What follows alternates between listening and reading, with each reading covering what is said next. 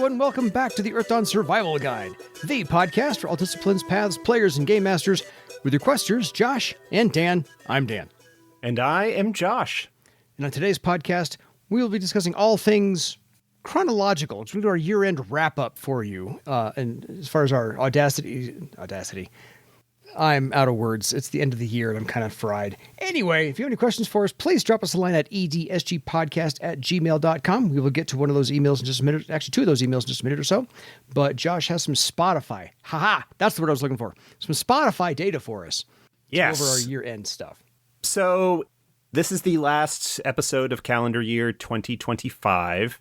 And so there were some numbers. We're hosted through Spotify. It used to be Anchor FM, then Spotify bought it and they changed it to now Spotify for creators. Yeah. I'm not like super thrilled with Spotify personally, just because of, you know, what they do in terms of not paying artists, or like the amount they pay artists is very, very small. And so regardless, it is free and too much of a hassle to move everything and redirect and stuff like that. Yeah. So anyway, just to kind of go through the info that they provided here on this, total audience increased from last year, up 32%. Wow. Through no fault of ours. Yeah. Nothing we did. Total new audience up 300% compared to last year. So this is like new people listening for the first time or whatever. And I think all of this is through Spotify. I don't think this is really pulling data from any of the myriad other places that people can download our stuff. Yeah. Our total followers up 20% from last year. Yay. Total listening time, 254,000 minutes of listening, which basically breaks down to 176 days of listening to our show. Youch. That's 5 months, roughly. Yeah. Which is a 22% increase in total listening time from last year. What are we doing right to get all these listeners? Putting things out consistently. Oh, fair enough. Honestly, that like a lot of podcast advice is you put out consistently, people will listen to Subscribe, yeah. People will subscribe and listen to you. And this year, one episode rose above the rest. Uh-oh. Our 2025 top episode, episode 4, the mechanics behind a character, played 337% more than your average episode, which makes sense. Yep. Because it is a like basic primer for kind of like what goes everything. It'd be very like people, I would point new players to that and say, hey, here's a really good kind of overview of things. Well, and that tells me people were trying the game and wanted to know how to make a character using that podcast episode. So I think we have a lot of new players this year. As from what I've been able to find on Facebook and or you've been able to find on Discord, I think we have a bunch of players trying out 4th edition for the first time. I've sort of seen that. 26 countries reached overall. Whew. Our top countries, the top 5 countries going from bottom up. Number 5, Canada. Number 4, the United Kingdom. Number 3, Sweden. Number 2, Germany. And number 1, not surprisingly, the United States. Way to go, Sweden. Where'd you guys come from? I don't think your show made it to top of many fans' lists. We are a top 10 show for 167 of our fans. We are a top 5 show for 139 fans. Slackers. We are the number 1 show for 66 fans. Our top fans streamed 5.1 times more than everyone else. 65% of them binged 2 or more episodes in a single day. Because as we will see in one of the emails, and actually it has been posting on like the Discord and whatnot, that people have like found the show and have been going through it and stuff. 15% hit play within 24 hours of a new episode dropping. Cool. That is dedication. That is indeed. That is Big Brother looking at your phone. It goes without saying your fans have great taste. Here's what else they're listening to. Top artists. Number 1, Ghost. Number 2, Jorge Rivera Herons. I have no idea who that is. Number 3, Five Finger Death Punch.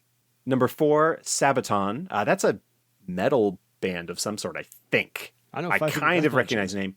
I do know who Five Finger Death Punch is. Yeah, so far I'm 1 for 3. I know who Ghost is as well. They are a very performance rock kind of thing. Number 5, Taylor Swift, which is like, okay, whatever. Who hasn't heard a Taylor Swift Yeah. song in the last 10 years? Come on. Yeah. I mean, one of the most popular One of artists. the top streaming artists on Spotify Yeah, of all time. certainly of recent. Yes. Between Okay, Taylor top Swift and Bad Bunny. audiobooks. Top audiobooks. Number 1, The First Chronicles of Druss Legend by David Gemmell. Don't know that. Nope. 1984 by George Orwell. Classic. Prescient. Number 3, Raw by Lamont Ugod Hawkins, which is a nonfiction autobiography by a member of the Wu-Tang Clan. Gotcha. Cool. The Lord of the Rings. So it's in German, so I'm trying to figure out which one it is. Lord of the Rings, Erster Teil die Gefharten. I think that's the the Tale of Two Two Cities. Towers. Yeah, the Two Towers. Yeah, sorry. Tale of Two Cities Two is Cities. Dickens. Told Two you, I'm fried. Towers. It's the end of the year and I'm fried. So the German translation of the Two Towers. Yes. And number 5, The No Prep Game Master, or How I Learned to Stop Worrying and Love Random Tables by Matt Davis. Top podcasts, NADPod Patreon exclusives, Find the Path podcast, The Glass Cannon podcast, Critical Role, and All Fantasy Everything. There you go. I only recognize one of those. Okay, you might want to frame this. What does this say? A 2025 marathon show, fans listened to you for longer than 96% of other shows that they listened to. That's not surprising. You received more shares than 80% of other shows. That sweet, sweet free revenue we're not getting. Yeah, so that's those numbers. Thank you, listeners, for having all that great see. taste. Yeah. Let's go to our analytics here. That once the screen loads. So we've announced all of this to let you all know that we're retiring as of... I'm just kidding. Just kidding. Panicking. As I have said, we will probably end at some point. We're not quite there yet, but Yes. let's see. On Spotify, we've had 961 plays in the last 30 days, 319 hours of consumption in the past 30 days, and 5 more followers. Across all platforms, Welcome. we have a total of 149,216 times any of our episodes were streamed for at least 60 seconds or downloaded. Okay. The average number of streams and downloads your recent episodes received in the first few weeks is 139. So that's pretty respectable. Moving that needle upwards a little bit. Our audience, not surprisingly, is still significantly male, 79.2%, 11% female, 7.5% non-binary, and 2.3% not specified. And again, I think this is based on info from Spotify directly. Yes. Whatever their account setup is. Yeah, 42.5% of our audience is between 35 and 44. And the next block is 34.5% between 45 and 59. So it's what, 77%. So a little over 3/4 of our listeners are between 35 and 59. Just like And that. then about 11% each for the 23 to 27 and 28 to 34 demographics. It looks like about half of our thing is done through Spotify, 12% through Apple Podcasts, which, again, it's not too surprising. 6.5% Podcast Republic, 5.4% Overcast, 3.3% Pocket Casts, Podcast Addict. And then we get down to like 2 points ever. Let's see. U.S. listeners, 51.1%. Germany second at 15.1%. Oh, according to these numbers here, Canada's third at 7%, UK at 6%, and Sweden at 4.9%. And that's across all platforms. Yeah. Spotify is a little bit different. US, Canada, Germany, Denmark, and Australia are the top ones for Spotify. So our Swedish listeners are going through another platform. Fair enough. Let's see. According to this, overall, our total streams and downloads, our top 5 episodes are in order from 1 going down. Episode 3, History, Geography, and Linguistics with 2,193 streams and or downloads. Episode 1, Introductions with 1,991. Episode 2, Game Basics, 1,738. Episode 6, Timeline Part 2 and Combat Overview, 1,640 streams. And Episode 5, Success Levels, Karma, and Windlings, 1,620 streams. Now, that was, of course, back in the early days when we would do multiple topics in a single show. I think to make things easier for people, at some point kind of stopped doing that. Yeah. But again, like our top episodes are all like early ones. As they should be. Not surprisingly, because they have been around longer. Once we get down out of those like top 5, then it looks like the next big batch of episodes are all at about 1,000, dropping down to like around 800. That includes all of the discipline episodes, few email, things like that. So yeah, fair. Again, all like earlier episodes in the library. Rightfully so. I am still curious as to why number 3 is the most popular, and I think it's because it's the pronunciation guide. But that's just me. That could very well be. How do I say all these weird Scrabble tile words? Yeah. That's the situation. We are doing, what is this episode? 267? 268? 267 was the one that just went up this morning. Today. Yes. So this is 268. This is the end of 2025, the end of our 6th year. Mm-hmm. Because while technically I think we started late 2019, I kind of considered that all the way through the end of 2020 our sort of year 1. Yeah. So yeah, we've been doing this for a while, as I think we mentioned in our previous episode. I'm on my 3rd laptop doing this show. So yeah, we appreciate everybody who has come along for the ride, those who have been with us since the beginning, those of us who are just discovering us now. Welcome, newbies. Which is, really heartening in a sense. Yes. In terms of audience, we don't have a huge audience, but that's not surprising because we're kind of a niche subject that we talk about. Yeah.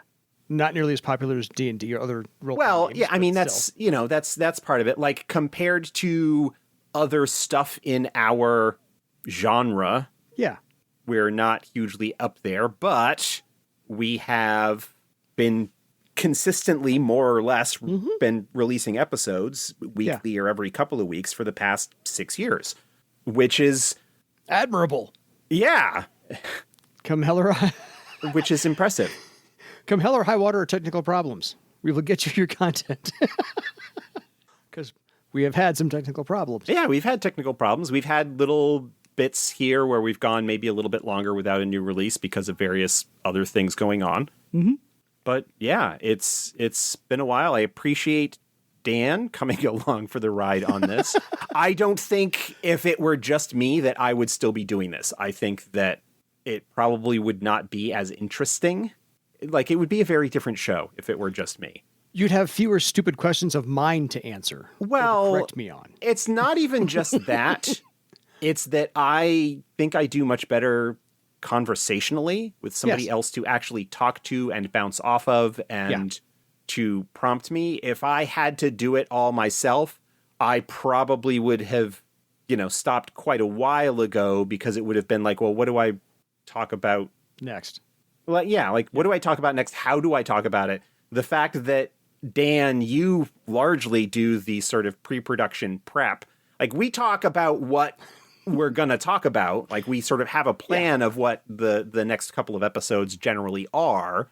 Mm-hmm. But you're the one that does the actual prep in terms of looking at the material and making notes and having an outline, roughly speaking, of what we're going to talk about. And I'm here to pick your brain on the thing that I just read that's been sitting on my shelf for 30 years that I should have read 30 years ago and forgotten all about, and just revisit it. Yeah, and I just tend to have the PDF pulled up on my second monitor and look at it, especially with this more recent stuff that we've been doing where I am not as in-depth, well-versed on the material. So yeah. We finally got to the 2, at least the 1, the Theron box set, which you are not as familiar with as everything else, because you didn't have to revise this for 4th edition at all, so you didn't really have to revisit it much. And I also didn't play in that area a lot. I ran a couple of the Vivain or Skypoint Adventures, whatever the name of that book is. Mm-hmm. with one of my groups, but that was pretty much it. I didn't do really anything outside of the city itself. Yeah. So I know a couple of things offhand about the Vane province, but a lot of it is just like, oh, well, this is all actually a lot more interesting and detailed than I could recall. Well, I think our mission is, I can't say complete, but our mission is so far successful because we're still getting new listeners to the podcast this year. Our audience has grown 30 some odd %, you said, for this year. And those episodes where you make a character in the combat episode are still highest among them so that people can get familiar quickly with some of the game concepts. And so I think you and I doing this for 6 years now, 260 plus episodes and more to come, is proof that the fan base is hungry for whatever we're talking about. At least the early episodes. I don't know how we're doing lately, but early episodes at least. Okay, I was gonna see if I could pull up the specifics from our YouTube stats, but I don't have. I switched browsers, and since now I'm no longer having to make the video episodes to upload to YouTube since they combined what was its separate Google Podcasts thing into YouTube. Now the YouTube channel runs on its own, essentially. It's just, it's got the feed and it pulls in the new episodes at the same time that everything else does. And it just displays the episode graphic, the title graphic for the thing. And so I know that people listen to it. There are occasionally comments that show up on it on various videos. But I haven't actually signed into that in a while to see what the... Exactly. 15 years ago, I went to a con and actually played 3 Earth Dawn sessions in the same day, 4 hours apiece. I spent 15 hours at this con. It was great from like 8 o'clock in the morning till I couldn't even tell you when. But the game master I had at that convention listened to the podcast and left a note on there. And I said, dude, hit me up anytime you want to. I would love to play on your table again. So... Oh, like you played with him, he remembered you, and so when the podcast was found, he's like, hey. He maybe didn't necessarily remember me, but he still loves Earth Dawn, and he commented on one of our episodes. And so this wouldn't have been 15 years ago because our... Oh, I see. Yeah. I see. Okay, you played with him 15 years ago. He left a comment, and you went, oh, that's that guy that I played with. I know that. It's a very unique name. I'm not going to say it because he doesn't need any additional attention, but I know who he is, and he was a fantastic game master. I would play at his table anytime. So I recommend that he's got the address for the EDSG podcast at gmail.com to drop us a line anytime, hit me up directly, whatever. We live in the same state as far as I knew 15 years ago. But anyway. Speaking of email. We have 2 wonderful ones. This will be a short episode today. Yeah. Yeah, this is going to be kind of a short show. It's like Christmas is a week from tomorrow. Yeah. And we're trying to get things knocked out so that we can sort of take a break until the new year. Absolutely. We've got this year-end episode, and then we're going to be recording one more tonight. That'll be our first episode of 26. Yep. But let's start off with that email from the second one that we got, because that doesn't have any... Let's sort of do them in the reverse order. We've only got 2. Absolutely. This is a nice preface. Yeah. Yeah, this comes from Frank, who I don't recall emailing us before, but Frank, welcome to the show. Frank would not have emailed us before, as it is sort of made clear in the text. In the text, the first part of the email. Yeah. So this is from Frank. Dan and Josh, Dan. So he's addressing me twice. Good to know. I found it comical that after 266 episodes, you were at a loss for a word that ends in AL, especially since you have not hesitated to invent them in the past. I know you know what I did there, because he said comical. So yes, he did. I picked up on that after the second read. After we finished recording that episode, I think both right after we hit stop, I went, oh, what about, and now I can't remember what I had come up with. I don't either. At the end of the episode. Word, and I'm like, too late. We did, and I didn't think to write it down or remember it so that we could mention it another time. Nope. But we came up with one, and it was awesome. You just have to take my word for it. It was fantastic, and 266 will go down as the one that does not have a word at the moment. So yeah, it's the only one. Continuing. I only discovered the podcast between 4 and 6 months ago. I have since listened to almost all of them. I find your dedication admirable, perhaps admirable, since I have to have an AL word.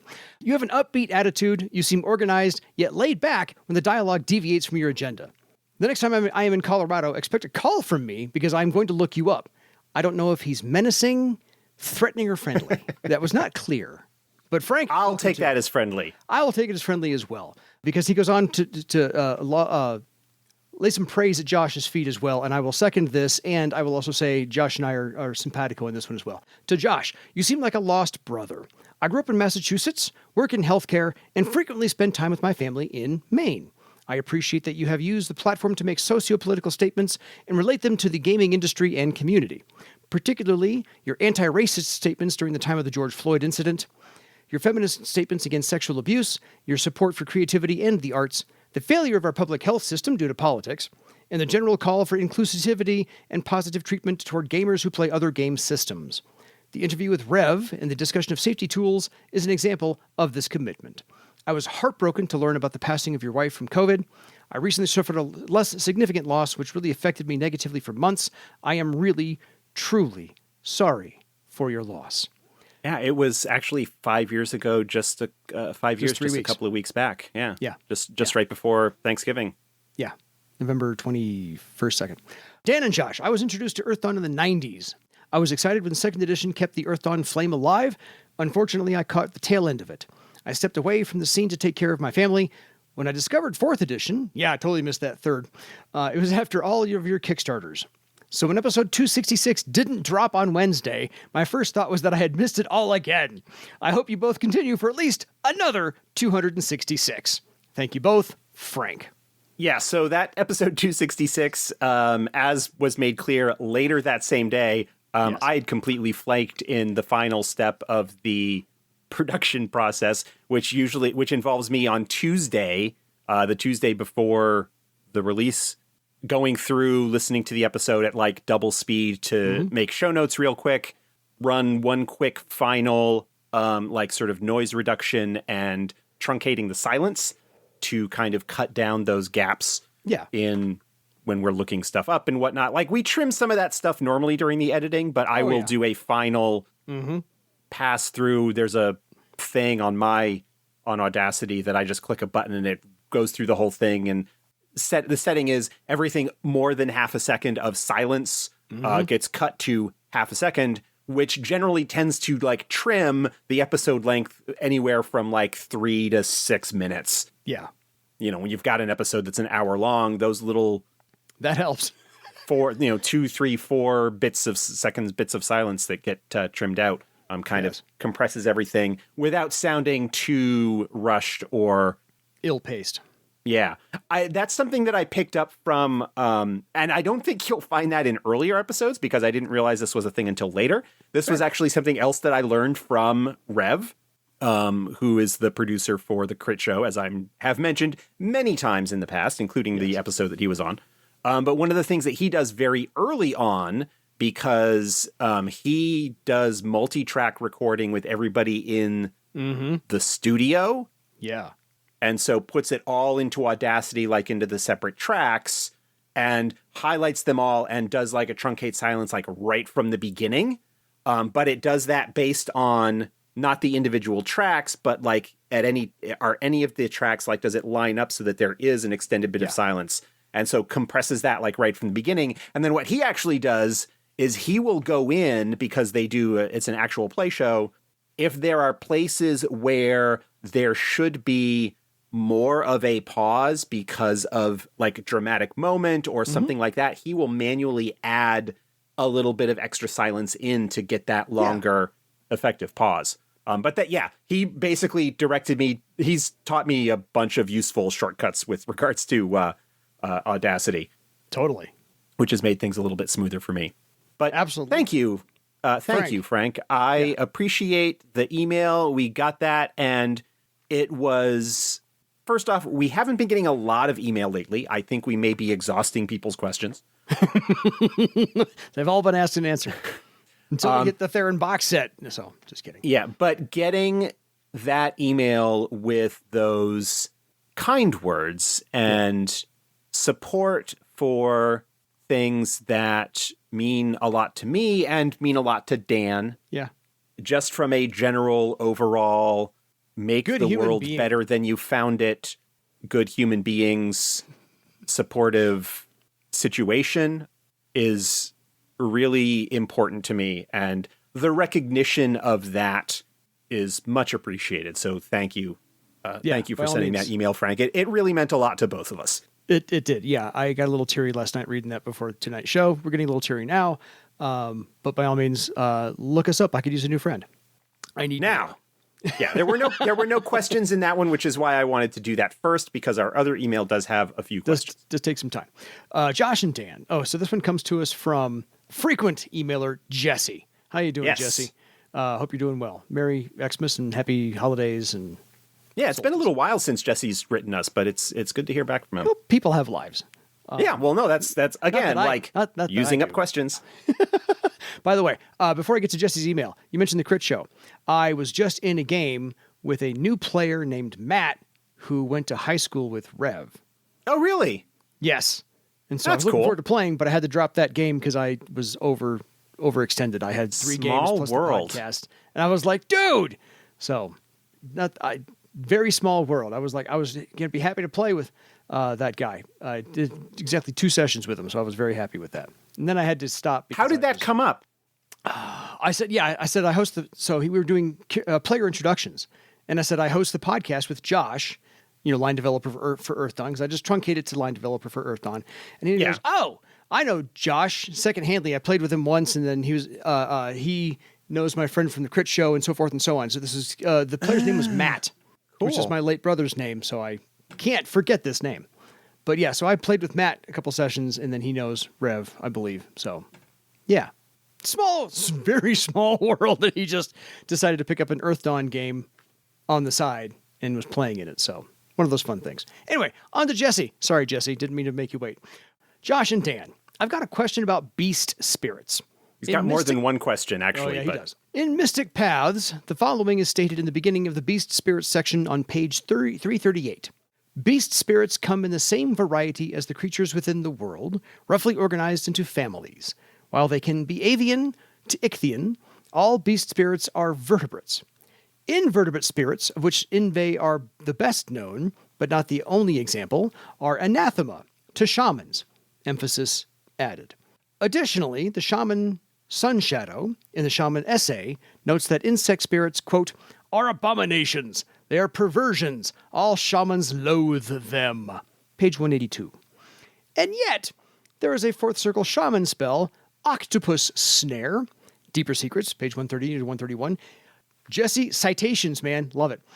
In which a small ephemeral octopus swims through the air into the spellcaster, and long tentacles emerge from their arms. The spell has the spirit keyword, so that it would seem that it involves a tasked octopus spirit. While clearly not an insect, it is most certainly not a vertebrate. Yes. Does this mean that, like with anything else in Earth Dawn, shamans are not a monolith, that some will at least use, if not commune with at least certain invertebrate spirits? If so, on what basis other than vertebrate versus invertebrate do you think a shaman might draw the line between what spirits they will or will not associate with? So I didn't personally write any of that material. That was a lot of Morgan. The shaman essay itself, I forget who actually wrote that. We had several freelancers that worked on that book because of, the in-character essays for the various paths and whatnot. Yes. So there were freelancers that kind of wrote those, and I was involved a little bit in some of the gussying up some of them, particularly when it came to a couple of them going through and adding marginalia comments and stuff like that. Yeah. But I was not really heavily involved in the development of the material there. So, one, the shaman essay is in character. And so while the, Sunstone? I don't have the email in front of me. Sun something. The shaman who is the primary, Sun Shadow, who is the primary narrator of that essay, is going to be presenting that information from their point of view. And while that may be something that is similar or a belief that is common among many shaman adepts, it is not necessarily the case that all of them feel that way. I suspect that Inve, just in general, are probably not looked at particularly well just because of what they end up doing when you're talking about your stereotypical inve ants and wasps and, all of those sort of hive things that possess people and cause all sorts of trouble. But then you've got things like, we haven't had any specific examples in Earthdawn canon, but if you want to talk about the broader Earthdawn Shadowrun universe, mantis spirits, for example, are an insect spirit, but they are ones that kind of hunt other insect spirits, and they are also solitary rather than hives. Yeah. So they kind of behave a little bit differently. But I personally would, to kind of get back to the original question with regards to the vertebrate versus invertebrate question. Yeah. What's the line that would be drawn? Yeah. I think that is a line that would vary from shaman to shaman. Yeah. I think that, you've got that clear example of the octopus, the octopus spirit, very clearly not a vertebrate. But you could have, as it says, ichthyon, you could have fish spirits because they're vertebrate. They have spines, they have bones, as do a lot of aquatic animals. I would say that I might even sort of look at it not from a perspective of our scientific taxonomy when it comes to octopus falls under this family and fish and whatnot. I mean, there's this idea out there, this is a semi-tangent, but that fish is not actually a scientific category. Fair. Anyway, I would think that it's something that if you were to kind of take it from a maybe classical Greek approach or old school things where generally speaking, all of the things in the ocean that swim are considered fish. And so while technically it doesn't really have bones or a spine or anything like that, I could see how somebody might, from that sort of approach, might classify an octopus or a squid as belonging to that same category. Yeah. And I think it will probably have something to do with the sort of charisma of the animal.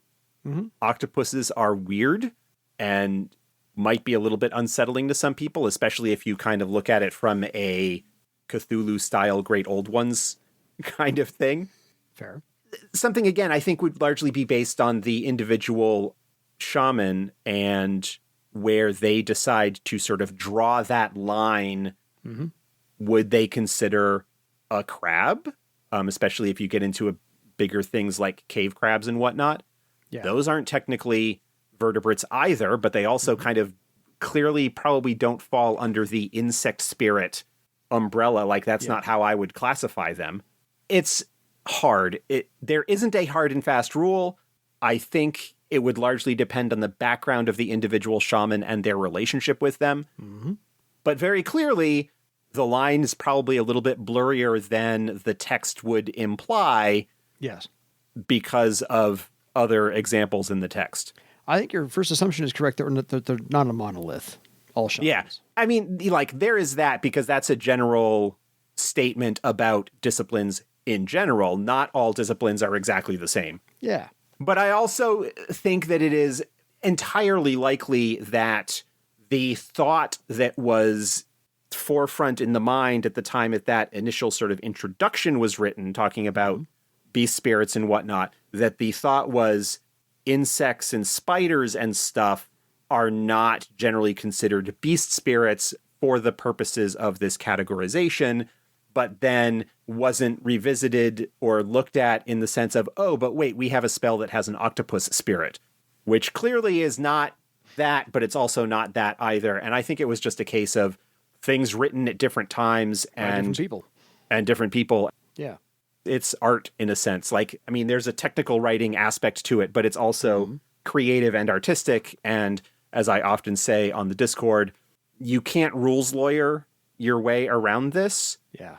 As much as we might like to think that the rules can be operated like a computer program, there is always going to be some amount of interpretation that comes into play when you are interacting with the rules, because thousands of players are going to have different interpretations, things that come up as questions or thoughts that even after 30 years, never occurred to me as an option because I had an assumption in the way that I worked things and went to the text with that in mind and thought that it was obvious how it should be, and so didn't feel the need to clarify it. But with all the clarifications and everything else, the book would probably be twice as long as it is and still not cover every edge case and bizarre situation that comes up. Going, oh, well, you can change what you want is kind of a cop-out and often used as an excuse for why things aren't very good. But this is a case of, we did the best we could. There are things that came up, some of the changes that we made, some of the changes that we didn't make. Now, after several years of a lot of people and some very focused number crunchers came up with in terms of potential problems, we didn't consider or didn't realize were going to be a problem. Like the issue, for example, where the movement rates got changed, but none of the ranges of missile weapons did. Yeah. And that drastically changes the effect of missile weapons in a combat scenario. Whereas in earlier editions, you could close on an archer a lot faster than you can now. So ultimately, we did the best we could. We tried to cover as many things as possible. But ultimately, in the end, you're going to need to make a judgment call. Yeah. And ultimately, when people come with questions, as you've probably heard many times on this show, I will try and present not an answer, but a couple of different ways that you could approach something and what the consequences of that would be. Yeah. There is certainly a lot of, gosh, wouldn't it be nice if things were organized a different way, or if certain things were taken into account and looked at better. I still think that there's difficulty when you get into Master and Warden tiers of the game. Just from a numbers standpoint, the numbers get a lot bigger than they ever did in first edition. But I also think that the type of game, like the style of the game, needs to change. And I don't necessarily feel like there is enough or particularly good support for that when it comes to that higher level material. Fair. And that is a long-winded, roundabout way of answering the first two questions. Of like answering the questions of saying, I can't address where the line is because I think the line is blurry, and one thing was written and another thing was written, and it was not necessarily a case where somebody went and looked at the intro and went, oh, wait, hold on, this doesn't make sense because of this one spell that's 30 pages later in the book or whatever. It's okay. He's got follow-up questions. Of course he does. Yeah, of course. Do you think that intelligence of the physical species would be a possible line to draw? That might make some sense, as we generally, speaking in impossibly broad terms now, think of vertebrates as more intelligent, but at the same time, octopuses are thought of to be very intelligent also. Maybe that in their own way, in their own way. Maybe that is why they are only the only invertebrate spirit used in any shaman spells. Can you think of any other traits that might be used to draw that line? Since that was not part of your answer beforehand, that's a question. like charismatic. Like how cute / interesting / attractive is the animal? Yeah, right. I can imagine that the Sun Shadow was not a big fan of insects to begin with, so therefore they like insect spirits. The other kinds of things that come to mind, I'm realizing, are like probably also vertebrates. Yeah. Sharks, eels, like I'm trying to think of other, like a crab is probably, a crab or other like sizable crustacean would be something that could, you could have a spirit version of that would be potentially useful, even though it's technically not a beast spirit. I think that it's certainly possible that you might have astral entities of a sort, that you have astral fauna that resemble urchins and shellfish and all kinds of weird stuff. And it might just be that there's not much that they do that makes them worth a shaman or a spirit inclined person to deal with them. Oh, hey, great. I can summon an urchin spirit. What can it do? What can it do? Whereas, again, like the octopus, you've got the tentacles thing. Like, it kind of makes sense that, oh, here is something useful that I could do. So, yeah, I think intelligence and sort of its charisma from a would humans find it cute and or interesting in some capacity? Yeah, it's how useful is that creature to your needs at the time? How useful is that spirit to your needs at the time? So we have an adversarial relationship with bears. Right. Yeah, we're not going to adopt a bear as a pet, but we're going to use the bear's spirit in this fashion. Right. I mean, because while they are beast spirits, right, they are sort of spirits that resemble or behave similar to animals that we are aware of. Mm-hmm. They are also, at the same time, astral entities. They are spirits. They have their own unique personalities and behaviors and interests. And so, that kind of changes things in that regard. But yeah, like that's the general gist that it would be. Putting me on the spot, I, again, like keep going back to crab because everything, eventually, evolutionarily speaking, tends to become a crab. But I'm sure that, like, if I were to actually, like, sit down with a guidebook or something, I could probably come up with things. And just because the octopus is the only example in a spell does not necessarily mean that it is the only example or it is the only one that actually is used or exists. Yeah. There are only so many words, only so many spells, only so many things that can be come up with. Yeah. And perhaps the example character didn't actually know of the undersea creature that this was based upon for the octopus. Well, yeah, but the point was not that, going back to the start of the email, wasn't that Sunshadow might not have been aware of it. Yeah. It's that the introduction about beast spirits is not in character. It is a like out of character rules text, and so seems to say something about the setting that is then contradicted by other material that is presented from a rules standpoint. And so the question becomes, well, this rule says one thing, this rule seems to indicate something different. How do you reconcile that? And my thought is you just make a decision. You just reconcile it. Yeah, just kind of go from there. Technically, I guess from one standpoint, it's an error. It's an oversight. It's an incongruity. Like, I don't think it is a big deal, personally. It's a small incongruity, live with it or don't. Jesse goes on. If this is all the case, would it make sense that such a spell would be relatively obscure and not widely known, similar to the second circle Nethermancer spell Animate Skeleton from Deeper Secrets? Maybe. Like, if you want to decide that that's the case for your version of Barsave, absolutely. Yeah. I'd say, like I said, if that shaman has not been under the sea to see an actual octopus move around, then they wouldn't know to use that spell in that fashion. Since it's based upon an octopus spirit. Yeah. Sure. It would basically come to the thought of, well, what is the habitat, for lack of a better term, that an octopus spirit would exist in or be found in, and how likely would it be for a shaman to deal with that? Yeah. Right. Fair. And to be aware of that. I mean, I could imagine that T'Skrang shaman probably tends to deal a lot more with aquatic beast spirits than others would, just because of their relationship with the river. But octopuses also generally, and I'm completely talking out my butt here, tend to not be a like freshwater river thing. I mean, I'm sure there are examples, but octopus strikes me as a sort of marine creature, as a sea creature. And so maybe, along the Aras coast and things like that, it might be a little bit more common to run into that. But again, astral entities, weird stuff can happen. Who knows? They can take whatever astral form they want. Sort of, yeah. Fiddly incongruities and the like. In the sense of, broadly speaking, astral entities can kind of take any form that you can conceive of. I don't think that a particular spirit is going to change it's form.